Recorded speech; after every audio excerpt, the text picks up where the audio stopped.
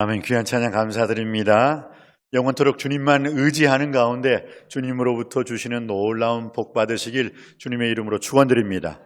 오늘 성전 예배를 통해서 인터넷 예배를 통해서 예배드리는 우리 모두에게 하나님께서 복 주실 줄 믿습니다.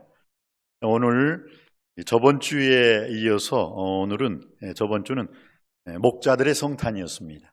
근데 오늘은 거꾸로 제목을 바꿨어요. 성탄의 목자들입니다. 저번 주는 이 성탄절, 예수 그리스도를 준비하는 성탄절에 대한 그 메시지를 중심으로 말씀드렸다면, 오늘은 이 목자들이 과연 누구냐? 그럼 그 성탄을 예비하고 준비하고 계획해서 하나님께 영광을 돌렸던 그 목자들이 누구냐? 그 목자들이 누구이길래 그 주님께서는 이 목자들을 칭찬하고 축복하고 계시는가? 이 성탄의 목자들 중에서 이 목자들은 이스라엘 사람들이 아닙니다. 이방 사람들이었습니다. 구체적으로 말하면 그 모세의 장인 누굽니까? 이드로. 이 모세의 장인 이드로의 후손 미디안 족속, 그 안에 겐 족속이라고 있습니다. 거기에 레갑 자손이라고 있는데 그 레갑의 후예들입니다. 그러니까 이들은 모세가 출애굽을 했을 때 출애굽 당시에 함께 출애굽을 했던 사람들입니다. 그러니까 반은 이스라엘 사람들이죠. 왜? 하나님 말씀대로 살겠습니다, 나 평생 하나님을 섬기며 경배하며 찬양하겠습니다 하고 자기 종족의 신앙을 버리고 어떻게 해요? 이스라엘이 되겠다는 거예요. 그리고 출애굽할 때 같이 따라 나온 사람들이었습니다. 엄밀하게 말하면 이방 족속이었지만 하나님을 믿겠다는 하나님의 백성으로 이 사람들이 포함이 된 거죠. 이들이 나오는 이 성경 말씀이 어디에 나오냐면 왕하 10장 23절로 29절에 보면 에후, 북이스라엘 왕이죠. 에후에 의하여 혁명 왕조가 이루어지죠. 열왕기하 10장에 보면 이스라엘이 아합 왕이라는 매우 악한 왕이 있었습니다. 불의 선지자 엘리야의 라이벌이기도 한 이 아합 왕은 이스라엘 땅이 우상이 들끓도록 만든 장본이었어요. 그 안에 이세벨이 가지고 온 그 우상 숭배를 했거든요. 하나님께서는 결국 이 아합 왕을 왕의 자리에서 내리시고 새로운 왕 에후를 세우시기로 마음먹고 엘리야에게 기름 붓도록 합니다. 그래서 그 에후가 혁명 왕조를 일으킬 때 그 자기의 그 혁명 왕조가 정당하다는 것을 보이기 위해서 그 당시 아주 유명한 사람을 찾아갑니다. 모든 사람에게 칭찬받는 사람, 그 사람과 내가 혁명 왕조를 이루면 국민들도 나의 이 혁명 왕조에 대해서 잘 따라올 것이다, 잘 뒷받쳐주고 인정해 줄 것이다. 그래서 찾아간 사람이 누구입니까? 바로 이 레갑의 아들 여호나답. 에레미야에서는 요나답이라고 나오죠. 이 사람을 찾아요. 이 레갑의 아들 요나답, 이 사람을 찾아갑니다. 그래서 함께 손을 잡고 혁명을 일으킵시다 했을 때 지금의 왕이 하도 정치를 엉망으로 하고 우상숭배해서 나도 마음이 좀 아팠는데 혁명 왕조를 일으킵시다 하고 두 손을 잡고 이 예후는 레갑의 아들 요나답이죠. 손을 잡고 혁명 정부를 일으켜 승리하게 됩니다. 레갑의 자손. 그런데 이 예후가 왕이 되고 난 다음부터는 마음이 좀 달라지는 거예요. 술 마시면서 잔치 벌이면서 어떤 국사에는 아랑곳하지 않고 자기 사리 사욕만 채우고, 그러니까 이 혁명적으로 함께 일으켰던 레갑의 그 아들 요나답이죠. 요나답이 이거 아니다, 왜 저 사람 마음이 초심이 변했을까 하고 그를 떠납니다. 그러면서 그들의 자녀들에게 어떤 말을 하냐면 유언과 같은 말을 합니다. 그 유언과 같은 말이 무엇이었느냐? 성경에는 구체적으로 나와 있지만 제가 몇 가지로만 간략하게 좀 써온 것이 있습니다. 너희들이 초심을 변치 않고 끝까지 여호와 율법과 하나님을 지키기 위해서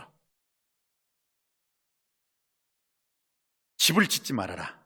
그리고 장막에 거하지 말아라. 농사를 짓지 말고 목축업을 하라. 포도 농사를 짓지 말고 포도주를 마시지 말라. 레갑의 아들 요나답이 그 에후가 견지라는 것을 보고, 야, 나는 저렇게 살지는 않을 거야. 절대 저렇게 살지 않아. 끝까지 나는 하나님께 영광 돌리는 삶을 살 거야 하면서 자기 후손들에게 유언과 같은 말을 전해요. 집을 짓지 말라. 장막, 집을 짓지 말고 이 장막에 거하라는 것은 무엇을 의미합니까? 텐트죠, 텐트. 텐트는 뭐예요? 살다가 걷고 다시 움직여야 되잖아요. 농사를 짓지 말아라. 농사 짓지 말기 위해서는 뭐예요? 목축업을 해야 되잖아요. 왜? 목축하는 사람들은 유랑민족이잖아요. 이리저리 풀이 있는 곳을 찾아서 움직이잖아요. 포도 농사를 짓지 말고 포도주를 마시지 말아라. 그래서 결국은 그 레갑의 자손 요나답이 자기 자녀들에게 그것을 전해요. 그리고 자녀들은 250년, 300년이 되도록 그 말씀을 끝까지 지켜요. 지금도 지켜요.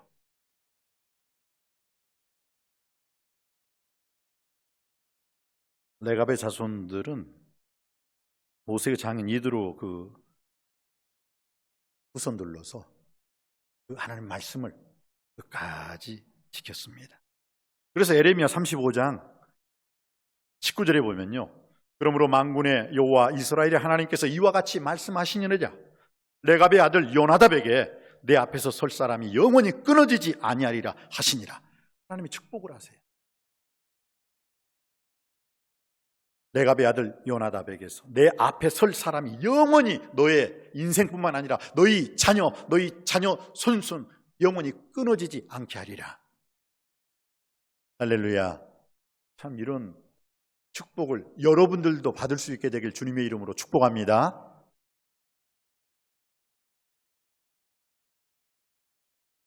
중요한 것은 에레미야 35장 그 19절의 그 축복이 어떤 배경하에 이루어진 일이었냐면, 에레미야 여호야긴 그 왕 시절에 에레미야가 레갑 족속 이 사람들을 여호와의 집 성전에 불러요. 그리고 성전에 그 문지기들이 있는 방이 있어요. 그 방에 다 레갑 자손들을 초청합니다. 그리고 그들을 시험해요. 어떻게 시험하느냐? 엄청나게 많은 진수성찬을 차리고 거기에 포도주를 놔두고 마십시오, 마음껏 마시십시오 라고 해요. 근데 그 레갑 자손들은 포도주를 마셨을까요? 안 마셨을까요? 안 마셔요. 끝까지 안 마셔요. 그 이유가 있었습니다.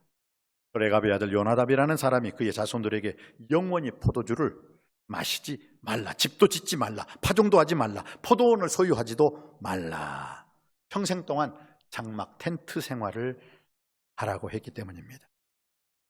그래서 그 레갑의 아들 요나답의 후손들이요 250년, 300년이 지났는데도, 이 시기가 300년이 지났는데도 불구하고 어떻게 해요? 끝까지 그 말을 지켰다는 거예요. 그러면서 에레미야가 박수를 치면서 이스라엘 백성들을 향해서 말을 합니다. 봐라, 이 레갑의 자손들을 보아라. 이 이스라엘 사람들아, 너희는 하나님의 자녀면서도 어떻게 하나님 말씀을 그렇게 까먹고 하나님 말씀을 잊어버리고 하나님 말씀을 불신앙하고 불순종하는데, 이 어리석은 이스라엘 백성들아, 이 레갑 자손들을 보아라. 250년, 300년이 지나도록 이들은 그들의 조상이 한 말을 그대로 지켜서 복받고 있지 않느냐? 그러면서 에레미야가 축복하는 게 바로 그거예요. 에레미야 35장 19절에 그러므로 만군의 여호와 이스라엘의 하나님 여호와께서 이와 같이 말씀하시니라. 레갑의 아들 요나답에게 내 앞에 설 사람은 영원히 끊어지지 아니하리라. 할렐루야.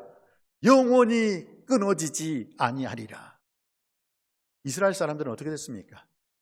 하나님 말씀 불순종 불신앙하여서 721년에 아수르에게 북이스라엘이 망해버렸잖아요. 그때도 이 레갑 자손들은 망하지 않았어요. 그리고 BC 586년에 남유다도 바벨론에게 의해서 망했잖아요. 그럼에도 불구하고 이 레갑 자손들은 망하지 않았어요. 끝까지 하나님이 지키셨어요. 끝까지 인정하시고 칭찬하시고 축복하여 주셨어요. 지금도 여리고 근방의 지역에 이 레갑 자손들이 삽니다. 잘 살아요. 왜 그랬을까요? 끝까지 선조의 말씀을 지켰고 하나님 말씀을 끝까지 순종했습니다. 그리고 난 다음에 저들밖에 그 베들레헴 지경의 목자들이 천군 천사의 찬송 듣고 말씀을 전하던 그 목자들이 바로 레갑 자손의 목자였다는 것입니다. 놀랍지 않습니까? 그저 아무 목자나 야 베들레헴으로 가서 온 백성에게 미칠 큰 기쁨의 좋은 소식이 울려 퍼졌다 전하라 이렇게 말씀하신 게 아니에요. 그 당시 850년이 지난 그 후에 끝까지 하나님 말씀을 지켰고 집을 짓지 아니하고 타종하지 아니하고 포도나무와 포도주를 마시지 않은 그 레갑 자손의 후손들이 지금도 목자로서 목동들로서 있던 그 베들레헴 지경에 그 목자들에게 주님께서 바로 나타나셔서 그들에게 놀라운 예수 그리스도의 탄생의 축복을 전하게 해주신 줄 믿습니다. 그리고 이들이 또 놀라운 것은 뭐냐면 주전 443년 느헤미야가 이들은 뭐예요? 북이스라엘 사람들이 포로로 끌려가고 남유다 사람들이 바벨론으로 포로로 3번씩이나 끌려감에도 불구하고 이들은 끝까지 남아 있었어요. 왜? 하나님이 축복하셨기 때문에 그래요. 하나님이 예언하셨기 때문에 너의 백성들은 영원히 끊쳐지지 아니하리라. 오히려 그 땅의 주인 이스라엘 사람들은 끌려갔는데 레갑 자손들은 거기에서도 끝까지 목동일을 하면서 그 자리를 지켰던 사람들입니다. 그리고 예수 그리스도의 탄생의 놀라운 은혜의 비밀을 말할 수 있는 첫 성탄의 메신저가 될 수 있었습니다. 특별히 더 놀라운 사실, 그들의 믿음이 얼마나 아름다웠느냐면 이스라엘 백성들이 남유다가 망하고 바벨론으로 끌려갔잖아요. 그때 그 느헤미야에 의해서 바벨론에서 이스라엘 백성들이 이스라엘 땅으로 돌아와요. 그리고 뭐예요? 성전을 건축할 때 이 레갑 자손들이 또 앞장서서 성전을 짓는데 최선봉이 되었다는 거예요. 그리고 그 예루살렘 성벽 중에서 특별히 가장 천한 문인 똥문이라고 있어요. 똥. 왜냐하면 양들이 주로 이 길로 출입을 하면서 가축의 배설물이 참 많았어요. 그래서 그 이스라엘 그 성 안에 그 모든 인분과 쓰레기, 그 동물의 배설물들을 이 성 밖으로 버리는데 바로 이 똥문을 통해서 나가게 되거든요. 근데 그 누구도 손대지 않으려고 하는 것을 이 레갑 족속에 이 문을 만들어 가지고 출입문의 모든 출입의 그 여부를 지켰다는 거예요. 느헤미야 3장 14절에 보면 이 분문이라는 것은 이 똥분자죠. 벳학게렘 지방을 다스리는 레갑의 아들 말기야가 중수하여 문을 세우며 문짝을 달고 자물쇠와 빗장을 갖추었도다. 참 놀라워요. 얼마나 감사한 일입니까? 그들은 850년 동안 그 조상들의 명령을 지켰습니다. 그리고 예수님 탄생을 천사들의 첫 크리스마스 캐롤을 그들은 듣게 되었어요. 지극히 높은 곳에서는 하나님께 영광이요, 땅에서는 기뻐하심을 입은 사람들 중에 평화로다. 세종문화회관에서 들은 게 아니라 천군 천사가 직접 내려와서 찬양하는 그 찬송소를 이 레갑 목자들이 들을 수가 있었던 것입니다.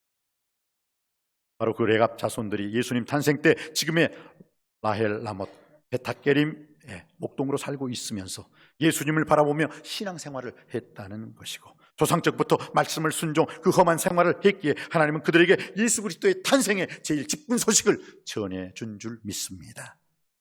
좋은 신앙 가문의 전통을 850년을 이어온 레갑 자손 목자들의 예수님을 제일 먼저 영접했던 것은 다른 이유가 아니에요.